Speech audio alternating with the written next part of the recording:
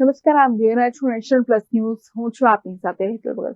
ગુજરાત પ્રદેશ કોંગ્રેસ સમિતિ દ્વારા મધ્ય ગુજરાત ખાતે જન આક્રોશ યાત્રાનું આયોજન કરવામાં આવ્યું હતું, જેમાં આ યાત્રા દાહોદ ખાતે પહોંચી ત્યારે ભારતીય જનતા પાર્ટીમાંથી છેડો ફાડી ચૂકેલા અને આદિવાસીઓના મસીહા ગણાતા છોટુભાઈ વસાવાના પુત્ર મહેશ વસાવાએ કોંગ્રેસમાં પ્રવેશ મેળવી લેતા તેના આકરા પ્રત્યાઘાતો સામે આવી રહ્યા છે. અત્રે નોંધનીય છે કે દાયકાઓ સુધી આદિવાસીઓના હિત માટે સતત લડત આપતા છોટુભાઈ વસાવાને પરિણામે આજે કોઈ પણ પક્ષ આદિવાસી સમાજની ઉપેક્ષા કરી શકતો નથી.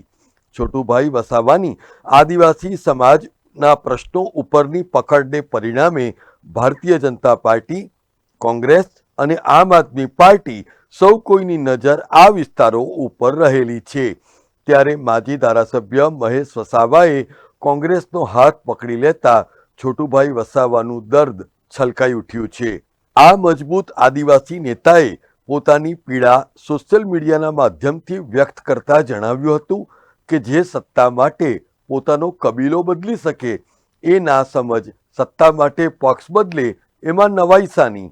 આમ જણાવીને છોટુભાઈ વસાવાએ પોતાના ઘરમાં જ ચાલી રહેલી ખટપટનો ખુલાસો કર્યો છે. અત્રે નોંધનીય છે કે છોટુભાઈ વસાવાના બે પુત્રો દિલીપ વસાવા અને મહેશ વસાવા એમના રાજકીય વારસદારો ગણાય છે, પરંતુ છેલ્લા કેટલાય સમયથી છોટુભાઈ વસાવા રાજકીય દ્રષ્ટિએ એકલા અટુલા પડી ગયા હોય એવી સ્થિતિનું સર્જન થયું છે. સામાન્યતઃ રાજકીય મોરચે સામે રહેલા લોકો સામે બિલકુલ લડી શકાય છે, પરંતુ સાથે રહેલા જ્યારે સાથ છોડી જાય ત્યારે ગમે એટલો મજબૂત નેતા હોય એના ભાગે અરણ્ય રુદન સિવાય કશું જ આવતું નથી.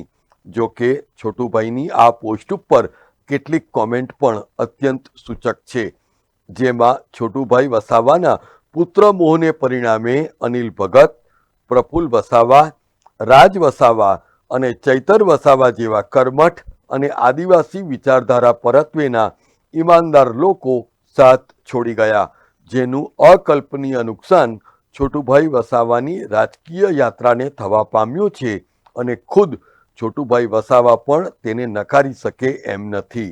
જો કદાચ જે તે સમયે છોટુભાઈએ પુત્ર મોને સાઈડ ઉપર રાખીને વિચારધારાને મહત્વ આપ્યું હોત તો આજે સ્થિતિ કદાચ અલગ હોત.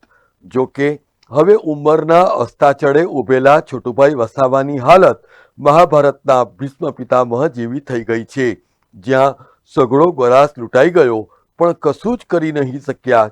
એ શું બતાવે છે? આજે આદિવાસીઓના સળગતા પ્રશ્નો જવાબની રાહમાં એ જ કુસ્તી કરી રહ્યા છે જે આજથી 20 વર્ષ પહેલા કરતા હતા. તો બદલાયું શું?